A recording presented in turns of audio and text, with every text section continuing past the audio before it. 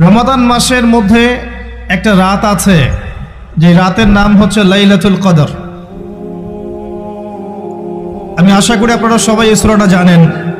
বা'দা আউযু বিল্লাহি মিনাশ শাইতানির রাজীম, ইন্না আনজালনাহু ফি লাইলাতুল কদর। নিশ্চয়ই আমি কোরআনকে নাজিল করেছি লাইলাতুল কদরে, ভাগ্য রজনীতে।